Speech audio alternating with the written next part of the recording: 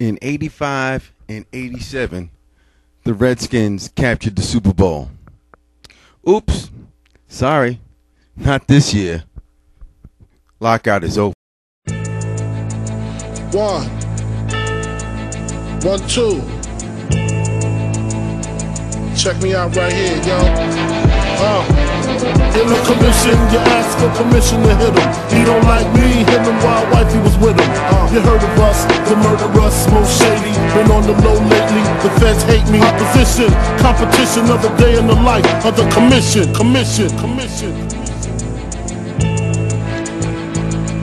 Yeah. Mic check.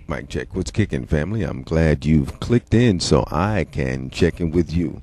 That's right. Like I said in my open, the Redskins' 2 Super Bowl rings were captured during strike-shortened seasons. That was 1982 and 1987. What is actual factuals from that dates are in 1987 there were no regular ball players on the Redskin teams. During that year of 1987, Joe Montana, Lawrence Taylor, Mark Gastineau, and Howie Long all played for their respective teams. Now, the Redskins had nothing but replacement players, and they went 3-0 during that season. And one of their losses, I believe it was, one of their wins to close out that segment of replacement players was against the Washington Redskins against the Dallas Cowboys. Ooh, Cowboys got spanked. And they had Tony Dorsett, Randy White, Danny White, and Ed Too Tall Jones. Not a good time for the Cowboys. Now, let me explain this as best as I can. I'm not a lawyer. I just play one on TV. Oh, man, I get a kick out of those type of deals. As you already know, the lockout has ended, and they're going back to work. You've seen this morning, and you've heard on the sports radios of your prospective teams and their players reporting to camp and not being able to get in.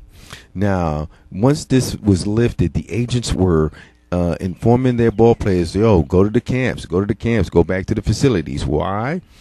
Because, okay, who's this calling me?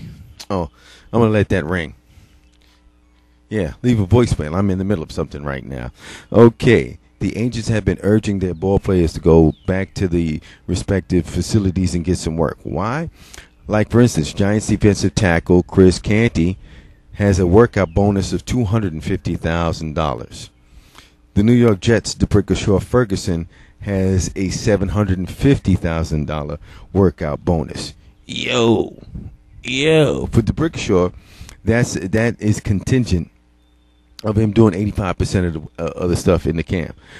Yo, that's a good chunk of change. Now you see why the judge had sided with the ball players, saying that this was doing irrevocable. Damn it, you know exactly what I was saying. Hell. Yo, who's trying to call me at this hour? I'm telling you, I'm in the middle. Hold on a second, yo. Oh, it's my buddy, the Admiral. Stay on the line, folks, because I got to get this in. It's getting late. I'm trying to get my get everything on. Okay, let's see. We got the phone contacts. Admiral. Okay, phone is ringing. Let's see if I can put it on speaker.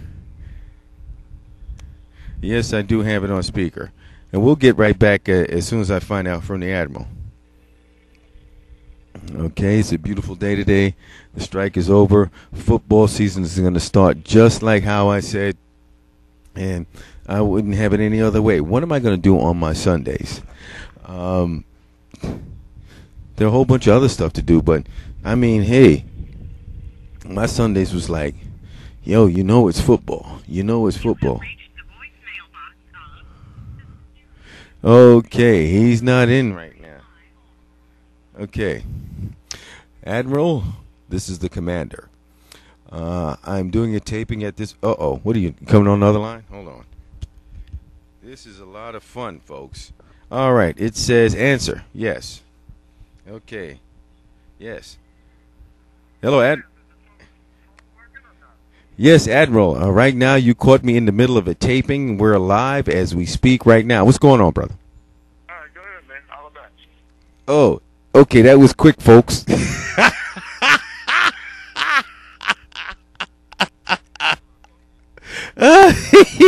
Yo, I'm going to call you right back, okay, Admiral?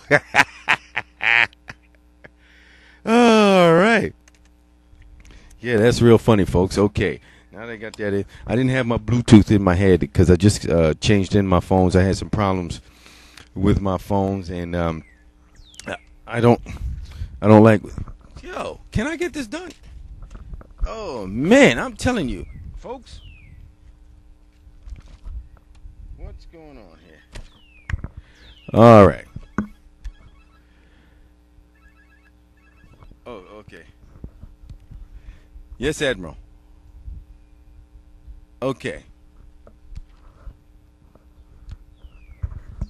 Whew. Wow. That was crazy. Whew. A lot can happen. You know, I'm trying to have some fun here, so I tried to integrate everything. Sorry for the interruption, folks. So let's get down with the get down and get this knocked out. Bottom line is, the work stoppage is over. These guys are trying to collect their bonus money. The owners are mad because, as you've already seen, some of these weight rooms and workout facilities have not been open enough so that the ball players can go in and do their thing. And now, I spoke about the 82-87 Washington Redskins. Got 2 Super Bowl rings. The last one in 87 was done with straight replacement players, and they kicked the butt of the Dallas Cowboys. Wow, how do you like that? Very, very low point in Dallas Cowboy history by being taken out by a bunch of guys off the street when they had the likes of Tony Dorsett, Randy White, Danny White, and Ed Too Tall Jones, as you already know. During that 87 season, you had Joe Montana, Lawrence Taylor, Mark Gastineau, Howie Long crossing the picket lines and playing for their respective teams. Now, during the schedule this year, right, there's a few interesting things. All right, Saints and Packers. The last 2 Super Bowl champions are going to meet up. Wow, that hasn't happened since 1987, since when the 85 Bears beat the 86 Giants in Chicago. Now, they've been doing the former Super Bowl champions on Thursday night since 2004. Now, Michael Vick is going to make his first appearance in Atlanta since his little mistake in 2007. It's going to be a Sunday night game, the second week of the season. That is going to be pretty interesting. Vic didn't play against the Falcons last year because he was injured. Now, as you know, the Giants and the Jets are going to be playing respectively. The NFC East plays the AFC East, AFC East plays the NFC East. So the Patriots play the Giants and Jets back to back. Now you've got November 6th in Foxborough. That's going to be a rematch of Super Bowl XLII. Oh, man. Nah, damn. Now all these, hope I don't be sneezing on camera, y'all. Let me see if I can get through this real quick. Then the following is a Sunday night game against the Jets, and that's going to be November 13th. It's going to be a very interesting weekend. 2 weekends for the Patriots. All right? The Cowboys. Come on now. Y'all built this multi-billion-dollar stadium, and y'all just love coming to New York. Y'all are coming up here the first of the season and to close the season. Y'all going to play the Jets on September 11th to open the season, and then you're going to come back at the end of the season. What's the matter? You don't like that multi-billion-dollar place that you call Jerry's World down there? No problem. We're glad to have you up here. The restaurants and entertainment is just dandy up here. Now, also, one last thing. Last week of the season is when it really counts. All of those games are division games, so, you know, there's going to be no hanky-panky, nobody not playing no starters and to get that stuff out of the way. Now, it's been reported in the newspapers that the Giants. No, let me start with the Jets first. Let me start with the Jets, and then I'm going to close with my boys, Big Blue. All right. Now, the Jets are looking at outside linebacker Akeem Ayers, UCLA, defensive tackle Phil Taylor, Phil Taylor, out of Bay. Defensive end, outside linebacker. Brooks Reeves from Arizona. Okay. And then